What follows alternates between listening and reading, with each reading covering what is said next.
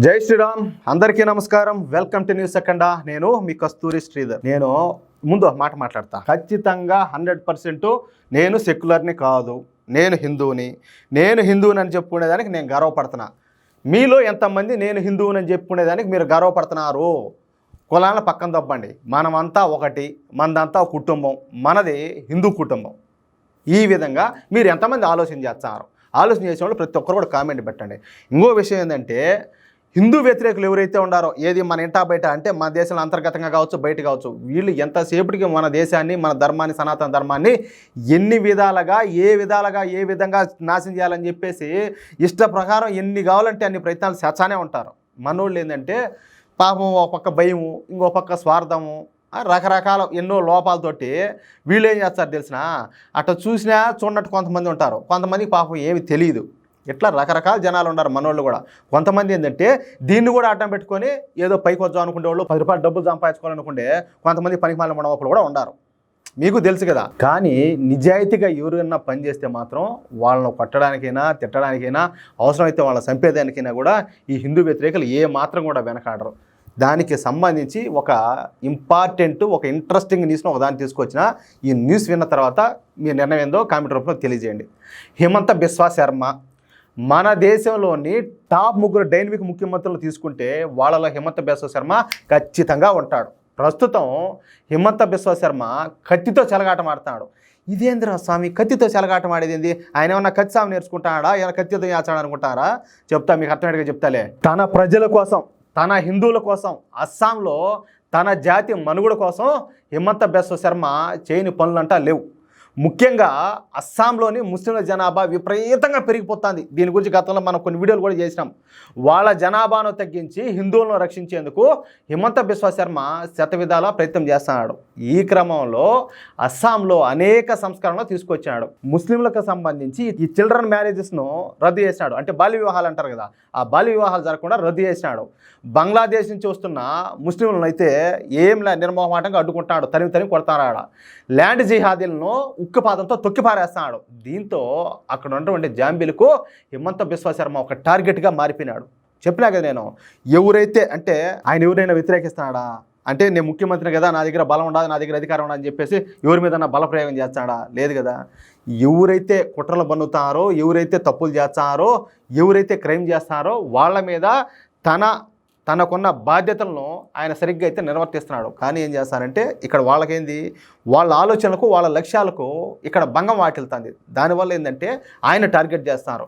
ముఖ్యంగా ఈ land jihadi విషయంలో హిమంత బిశ్వా శర్మ కఠినంగా వ్యవహరిస్తున్నాడు. ఈ ల్యాండ్ జిహాదీగాళ్ళు ముందుగా ఈ బంగ్లాదేశ్ నుంచి అస్సాంలోకి వచ్చారు. అస్సాంలోని కొన్ని జిహాదీ గ్రూపులు వీళ్ళకు పెద్ద ఎత్తున అయితే ఆర్థిక సాయం చేస్తాయి.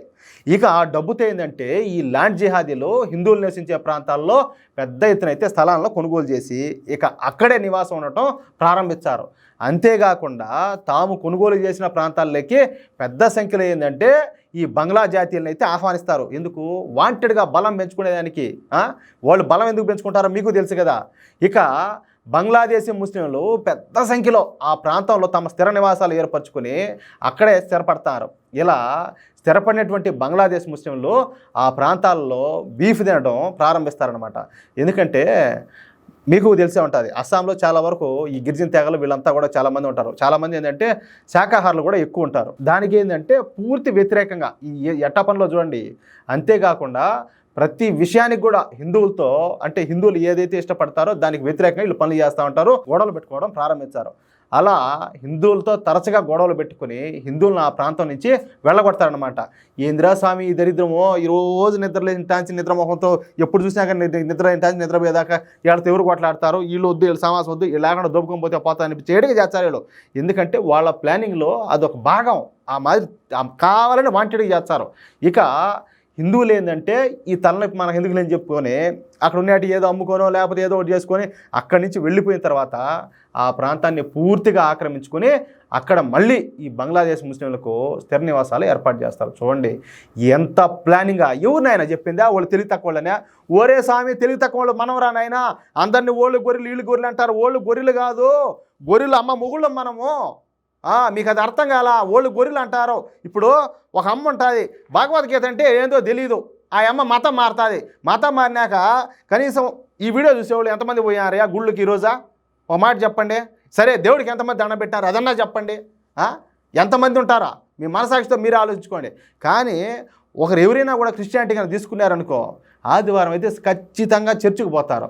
ఈ నల్లట్లు, ఇదిగో నా ఫోన్ కూడా నల్లగానే ఉన్నది, ఈ మరి నల్లట్ల పుస్తకం అది ఒకటి సంకలో పెట్టుకునేది, యేసు ప్రభువా నాయనా స్వామి అంటే అడిగిపోయేది. మతం మారిన వాళ్ళు అయితే వాళ్ళు ఆడ బాగానే ఉంటారు, కానీ ఈడ ఆ విధంగా సచ్చేదానికి తగలబడేదానికి వీళ్ళకి ఏం మాయరోగము, మనం సక్రంగా నెరవేర్చుకోలేకనే ఉండలేకనే పక్కన వాడికి మనం అవకాశం ఇస్తున్నాం. దాంట్లో అయితే డౌటే లే. ఈ విధంగా అస్సాంలో ఏంటంటే ల్యాండ్ జిహాద్ ఒక పక్కా ప్లాన్ ప్రకారం చేస్తున్నారు. ఇందుకోసం వాళ్లకు అన్ని రకాల సహాయ సహకారాలు అందించడానికి అది పనిగా పనిగట్టుకొని కొన్ని ఏజెన్సీలు కూడా పనిచేస్తూ ఉన్నాయి. అయితే అస్సాం ముఖ్యమంత్రి హిమంత బిశ్వా శర్మ మాత్రం ఈ ల్యాండ్ జిహాదీల ఆట కట్టిస్తున్నాడు. ఈ ల్యాండ్ జిహాదీలు హిందువుల ప్రాంతాల్లో స్థలాలను కొనుగోలు చేయకుండా తనదైన శైలిలో అడ్డుపడతాడు. దీంతో ఏంటంటే ఈ ల్యాండ్ జిహాదీల కన్ను ఇప్పుడు ఏకంగా అస్సాం ముఖ్యమంత్రి హిమంత బిశ్వా శర్మ మీద పడింది. ఎలాగైనా సరే హిమంత బిశ్వా శర్మ అడ్డు తొలగించుకోవాలని చెప్పేసి ఈ ల్యాండ్ జిహాదీలు ప్రయత్నం చేస్తూ ఉన్నట్టు తెలుస్తుంది. ఈ విషయం కనిపెట్టినటువంటి హిమంత బిశ్వా శర్మ గారు మాట్లాడుతా, నాకు ప్రాణహాని ఉంది, ఈ ల్యాండ్ జిహాదీలు ఎప్పుడైనా సరే నా ప్రాణాలను తీర్చు, కానీ నేను మాత్రం వెనక్కి తగ్గే ప్రశ్నే లేదు. నా గొంతులో ప్రాణం ఉన్నంత వరకు హిందువుల కోసం పనిచేస్తానే ఉంటా. ఎట్టి పరిస్థితుల్లో అస్సాంలో డెమోగ్రఫీ నేను చేంజ్ కానివ్వను. నేను ల్యాండ్ జిహాదీలపై నా పోరాటాన్ని కొనసాగిస్తూనే ఉంటానంటూ అస్సాం ముఖ్యమంత్రి హిమంత బిశ్వా శర్మ సంచలన ప్రకటన చేయడం గమనార్హం. ఈ విధంగా ఎంతమంది నాయకులు పనిచేస్తారు అంటే మన దేశాన్ని కాపాడుకోవడం కోసం, మన ధర్మాన్ని కాపాడుకోవడం కోసం ముఖ్యమంత్రులు కాబనలే, మంత్రులు కాబనలే, ఎంపీలు కాబనలే, ఎమ్మెల్యేలు కాబనలే, కార్పొరేటర్లు కాబనలే, సర్పంచ్లు కాబనలే, వార్డు మెంబర్లు కాబనలే. ఈ దేశం నాది అనుకుంటే చాలు, నాది ఈ ధర్మం, సనాతన ధర్మం, నా దేశాన్ని నా ధర్మాన్ని నేను కాపాడుకోవాలనుకుంటే చాలు. ఇట్లాంటి వాళ్ళకి అందరూ కూడా చాలా వరకు భారం తగ్గుతుంది. ముందు మనకు రావాలి సిగ్గు, మనకు రావాలి బుద్ధి. మనకు వచ్చిందంటే ఈ దేశం బాగుంటుంది, మన ధర్మం బాగుంటుంది, మన భవిష్యత్తుకి ఎటువంటి డోకా కూడా ఉండదు ప్రపంచంలో. అది లెక్క. ఈ వీడియోపై మీ యొక్క అమూల్యమైన అభిప్రాయాలను దయచేసి ప్రతి ఒక్కరు కూడా కామెంట్ రూపంలో తెలియజేయండి. అలాగే ఈ వీడియో నచ్చితే తప్పనిసరిగా లైక్ చేయండి. మీరు కొడతాంది లైక్ ఈ వీడియో కాదు, మన దేశానికి, మన ధర్మానికి. అట్లాగే మీకు ఎంతమందికి వీలైతే అంతమందికి ఈ వీడియోని షేర్ చేయండి. ఇంతవరకు మన ఛానల్ ఎవరైనా సబ్స్క్రైబ్ చేసుకోకపోతే దయచేసి ప్లీజ్ ప్లీజ్ ప్లీజ్ ప్రతి ఒక్కరు కూడా మన ఛానల్ సబ్స్క్రైబ్ చేసుకోండి, సపోర్ట్ చేయండి. జై శ్రీరామ్.